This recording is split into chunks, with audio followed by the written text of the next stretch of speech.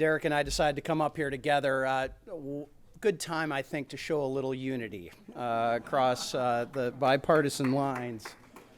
And it takes the Dutch to bring us together, of course, right, Ambassador? It is actually a function that the Dutch have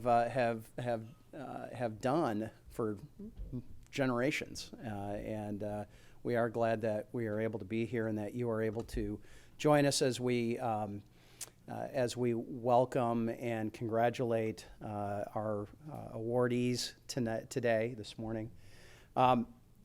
Katrina and I had a chance to catch up a moment before she came up here, and her father was that Holocaust survivor.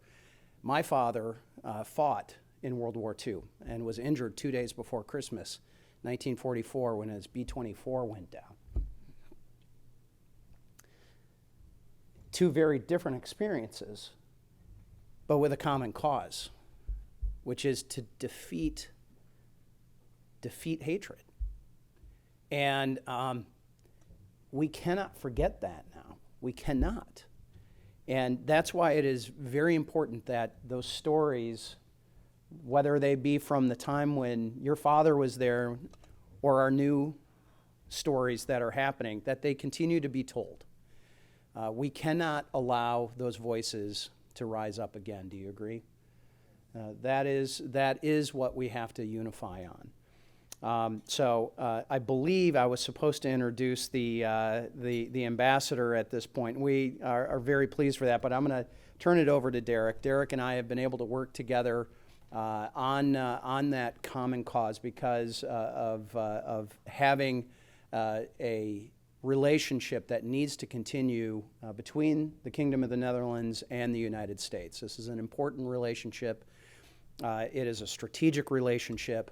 I was able to be in the Netherlands a little earlier this year. I believe it was in September. Things have kind of blended over the last few weeks and months. But I was there with the chairman, Michael McCall, who of Foreign Affairs Committee. We were in Sweden, Finland, and then in the Netherlands. The Netherlands had just made their pledge to Ukraine about the F-16s. Obviously, Sweden waiting on the doorstep of NATO, Finland having just been admitted to NATO. We cannot forget, and I'm thankful for what the Dutch have done and will continue to do. I would be remiss. Plenty of times the Netherlands and many other European governments were beaten up about their 2% commitment to NATO. I know there's elections coming up, and I know every single major party has pledged that that will be the floor. So I'm glad to hear that no longer do our ambassadors have to be overseas making constant reminders of that obligation. And obviously, with what has happened in both Ukraine and now in Israel, we see why we need these strategic alliances as well. So we are committed to that. So with that, I want to introduce my friend, Derek Kilmer, and we're not sure how it's going to go after this because he was supposed to introduce somebody else. I was supposed to introduce but we're firm but flexible here, right? So we'll do that. So with that, Derek. Now, I'm listed in the program as closing remarks, but when I'm done, don't leave. We had to change things up. As you may have heard, there's a few things happening in the House today, but or maybe not. Yeah, we'll see. We'll see. Yeah, it's never dull. It can be overwhelming to be reminded of evil and hate in this world. It can be overwhelming. Unfortunately, my family was recently reminded of a rather horrifying anniversary. A few years back, a researcher who happened to be a distant relative of our family reached out to my mother, and he said he had found a photo showing events that occurred 90 years ago last month. And it was a picture of my grandmother's brother, Jacob, who was taken from his home by the SS. And his crimes were twofold. One, he was Jewish, and second, he was dating a Christian woman. And the photo showed just evil. It showed humiliation. It showed him being marched at gunpoint, being forced to carry a sign that said, "I have shamed a Christian woman." That same SS unit actually would also vandalize the synagogue in that town and desecrate the Torah. And you can actually see that very Torah in the Holocaust Museum here in D.C. I'm reminded of evil every time I walk through my family's family tree that has lost a whole lot of limbs because of that evil. And most recently, as Bill mentioned, and as we're all very conscious, we were reminded of evil once again. The acts of Hamas, targeting of women and children, is a moral outrage. There are no words. And that question of how we as a global community respond to evil and to darkness and hate is critical. And it demands our attention, it demands our collective effort.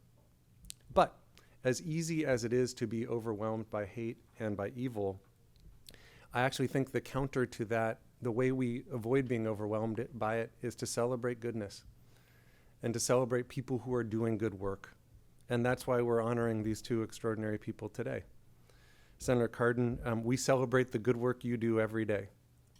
We acknowledge your 30 years championing human rights and the extraordinary work that you have done.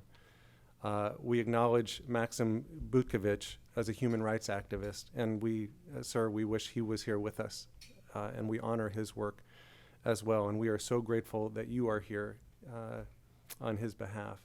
And so we face these daunting challenges, and we face the weight of our own stories, but we are reminded of the vital importance of standing up for what is right, of supporting champions of justice, which is what this event is all about, and to celebrating the power of human resilience and of people doing good work. So thank you all for being here today, and I'll hand it back so that you get the chance to do what he was slated to do, which was to introduce the ambassador.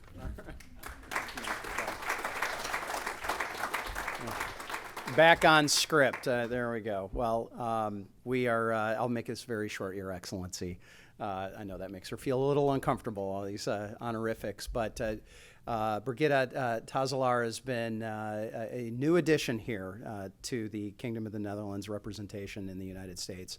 And we've had we truly do have a wonderful track record of incredible ambassadors, and have every confidence in the world she will not only match but will exceed what we have seen here. And so with that, Madam Ambassador, thank you for hosting us today and having this. And with that, let's welcome the ambassador.